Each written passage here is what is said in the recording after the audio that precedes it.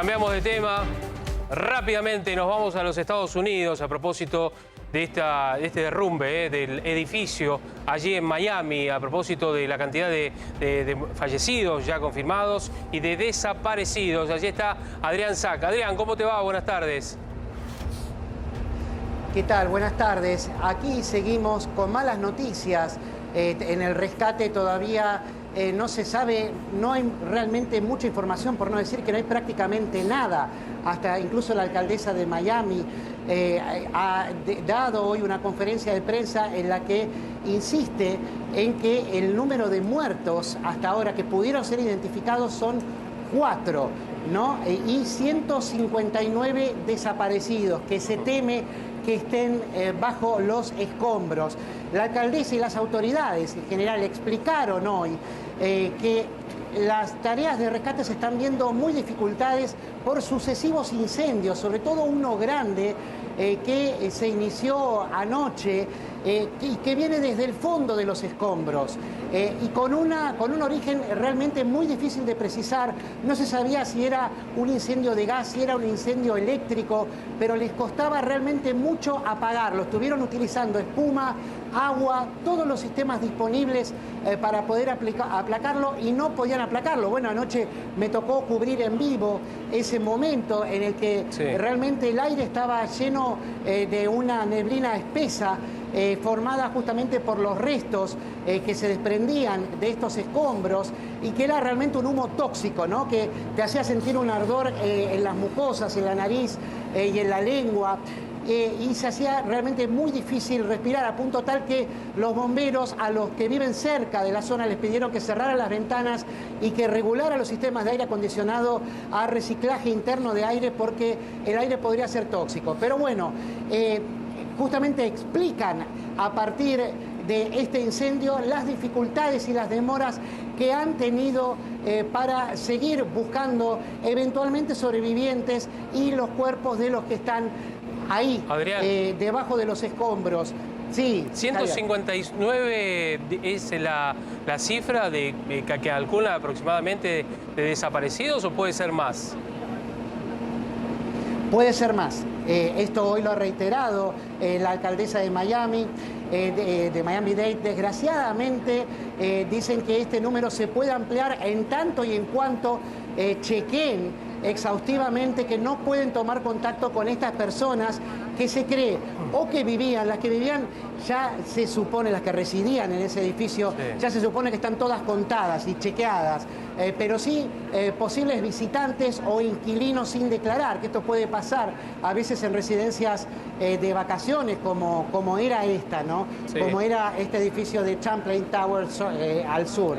Y bueno, teniendo en cuenta esto, el número puede subir todavía. Se cree que ya no mucho, porque también los que sí fueron identificados como rescatados y a salvo son 120, no rescatados de los escombros, ¿no? Los que fueron rescatados de los escombros fue en las primeras 2 horas del incendio, antes de ayer, pero también se cuenta aquellos que pudieron ser identificados, que tenían alguna relación con el edificio, es decir, que residían ahí de manera o permanente o como invitados o como inquilinos y que pudieron ser identificados. Por esa razón no se sabe realmente mucho. Hasta ahora lo que tenemos por cierto, son las investigaciones, ¿no?, que hay acerca de por qué se produjo este derrumbe. Y bueno, tenemos a la policía que cruza constantemente aquí. Cada vez hay más restricciones en este lugar. ¿Ves? A mis espaldas, para que tengas una idea. Ahí está. Sí, aquí. Mirá. Aquí está la policía que nos toca bocina. Sí, y me está sacando. ¿Qué te pide? ¿Que te corras? Sí, nos está pidiendo que me vaya. Bueno. Sí. Decirle que sos de Argentina, a ver si te deja. Yes. No, sorry, no le digo nada. No, mejor que no. No puede decir nada. Bueno, me tuve que correr. Mejor que no. Me tuve que correr porque no se puede estar acá. Sí. Para peor, estoy por tomar el vuelo, me dejaron con las valijas, un desastre. Una estadía realmente muy complicada, aparte de lo trágico que me tocó cubrir, ¿no? Ajá. Son estas coberturas duras en las que no dan lugar a otra cosa que a la tristeza, al pesimismo y un poco a la esperanza también. ¿Por qué? Porque insistían hoy la alcaldesa que ella dijo, mientras los rescatistas, que son los que están en el lugar justamente, los que están en contacto directo con las posibilidades de salir adelante, de rescatar a algunos con vida, mientras ellos me digan que hay posibilidades de encontrar a gente con vida, por difícil que parezca y por complicada que sea la situación con este incendio, que además hubo que echarle agua a los escombros, que eso complica las chances de supervivencia de cualquier persona, más allá del tiempo transcurrido, ¿no? Dice, mientras ellas me lo digan, hay esperanza, dijo, y yo la sigo teniendo. Adrián, no quiero engañar a la gente, yo creo que no podemos decir que no tenemos esperanza. Yo me imagino también que el tema, más allá de, obviamente, del gas, el fuego, que es importante, digo, el calor. El calor debe ser un tema preponderante por dos motivos. Uno, por la tarea de los bomberos, pero otra por los que posiblemente, ojalá así sea, estén con vida debajo de los escombros, ¿no? Claro, eso sí, es un gran problema porque justamente las posibilidades de mantener a una persona hidratada, aunque esté inconsciente, debajo de estos escombros, realmente disminuyen también. La humedad ambiente ayuda, pero el calor justamente puede producir un efecto de sofocación donde ya seguramente tienen muy poco aire, porque ¿dónde se cree que pueden rescatar gente debajo de los escombros? Donde quedaron espacios con aire, ¿no? Por más que estén inconscientes, hay casos en los que han salido gente viva después de 13 días, ¿no? Que son casos casi excepcionales. Sí, pero Adrián, no es tan infrecuente rescatar a gente después de 5 días. Claro. Sí. Adrián, ¿qué tal? Buenas tardes, Rodrigo Salemi. De esos 159 desaparecidos, ¿se tiene certeza que son todas las personas que se encontraban en ese edificio? Y de ser así, obviamente que las chances, por lo que vos estás contando de la situación, de los incendios que se están dando, sobre todo los escombros, cada vez son menores de que aparezca gente con vida. Sí, la verdad es que cada vez son menores y yo, quizá el primer signo de pesimismo fue tras la primera noche, ¿no? La misma noche en que se había producido este derrumbe a la 1:48 de la mañana. Ya los que tenían las escuadras de perros que buscan tanto sobrevivientes como cadáveres, especialmente los que buscan sobrevivientes, una división que se llama K9, todas son K9, pero esta en particular que buscaba sobrevivientes, dijo uno de los policías a cargo, realmente lo vemos muy difícil, la montaña es muy grande y los perros no registraron ningún tipo de rastro de vida en estas primeras recorridas por lo menos. Entonces por eso decía, era importante empezar a hacer túneles, pero no con máquinas tuneladoras, es algo que no se puede hacer porque justamente la gran montaña está haciendo de cimiento improvisado o secundario de la estructura que todavía queda, que si se llega a derrumbar mata a todos los rescatistas, claro, además, o los sepulta directamente. Entonces está ese problema, ¿no? Entonces hay que tener mucho cuidado y están haciendo cadenas humanas y túneles con baldes, ¿no? Donde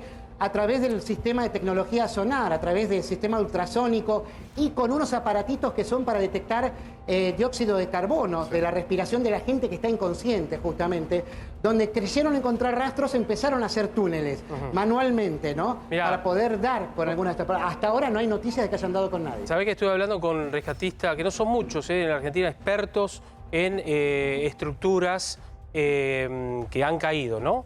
Y me decían, hay aparatos que lo que detectan son los latidos del corazón, ¿sí? Y nosotros lo vamos a mostrar en algún momento nada más, en unos momentos nada más, porque son los que tienen también los bomberos allí en Estados Unidos, creo que tienen 2 o 3 de esos aparatos. Acá en la Argentina hay uno, es el que se utilizó inclusive también ¿te acordás? En la explosión por gas en el edificio en la ciudad de Rosario. Que se derrumbó parte del edificio, bueno, buscaron con eso también, bueno, ahora en un rato vamos a estar hablando, pero digo, es una tarea muy complicada. Nosotros estamos viendo, justamente debajo de mi imagen, estamos viendo cómo ha quedado. Imaginen ustedes toda una montaña que, digamos, era una estructura y cayó y quedó ahí. Debajo de ahí, de esa estructura o de esa montaña, hay personas atrapadas. Esto es lo que nosotros estamos especulando y ojalá estén vivas. Y me imagino es una tarea de pisar en firme y que no haya mucha gente, ¿no es cierto? Es una tarea muy complicada. Sí. No, por eso mismo toda esta zona fue acordonada inmediatamente y cada vez, de hecho, el perímetro real de esta zona de rescate es mayor porque cada vez se impide en las calles aledañas el tránsito a más distancia, una distancia mayor, para que puedan seguir llegando los vehículos. Son unidades de rescate del condado de Miami-Dade, de todo Florida, y ahora también vienen de FEMA, que es como el servicio de emergencias y catástrofes a nivel nacional, por un acuerdo que suscribió el gobernador Ron DeSantis, que es republicano, con el presidente Joe Biden, que es demócrata. A pesar de las muchas diferencias que tienen en este caso, el gobernador no dudó en aceptar esta ayuda porque implica que vengan acá las fuerzas de rescate de élite, por ejemplo, las que colaboraron en el rescate de las víctimas del 11 de septiembre de 2001, ¿no? El atentado de las Torres Gemelas. Son bomberos con mucha experiencia, ya veteranos, o que también trabajan en misiones internacionales, como la última fue en el terremoto en Haití en 2010. Pero son gente con mucha experiencia, pero que están en distintos lugares del país. Entonces, para eso hay que hacer un acuerdo, declarar la zona de emergencia y ahí pueden venir, y eso es lo que hicieron. Bien, Adrián. Adrián, perdón, sí, Javi. dale que cerramos. No, en las últimas horas trascendió que hay un informe del año 2018 que indica justamente parte del edificio inundado en la zona de la pileta, grietas también debajo de la pileta y en la zona de lo que es el garage. ¿Se trascendió algo más? Sí, hasta ahora son tantos los documentos de ese estudio que mencionás, que es del estudio de Frank Moravito, que es muy prestigioso aquí. Tiene algunos de los volúmenes de investigación, tiene 300 páginas. Entonces, de a poco, en la medida en que los periodistas también van buscando lo que hay en esos documentos, van encontrando cada vez más detalles. En algunos casos lo que se dice es que esas rajaduras que se detectaron en 2018 en ese momento no eran graves, pero podían ser graves si pasaba el tiempo y no las solucionaban, no las reparaban de manera integral, no tapándolas o reparándolas así nomás, ¿no? Lo mismo con el drenaje de la pileta, que es el causante de todas estas rajaduras, ¿no? Es una membrana que había que cambiar, que no es simplemente cambiarle la membrana como hacemos a veces en los techos en Buenos Aires, no. Sí. Era un trabajo muy complejo y muy costoso que implicaba cerrar parte del edificio. Entonces, aparentemente eso no lo hicieron, ¿no? Solamente repararon el techo y otras grietas menores. Entonces, ahí hay una pista, no quiere decir que esa sea la causa, ¿eh? Perfecto. Bueno, Adri, te mandamos un abrazo, gran trabajo allí en Miami, como siempre, y buen regreso, obviamente, a Atlanta, para después seguir tomando contacto y vamos a seguir, por supuesto, con este tema. Adrián, abrazo grande. Gracias, otro enorme para ustedes. Gracias. Y desde el sector donde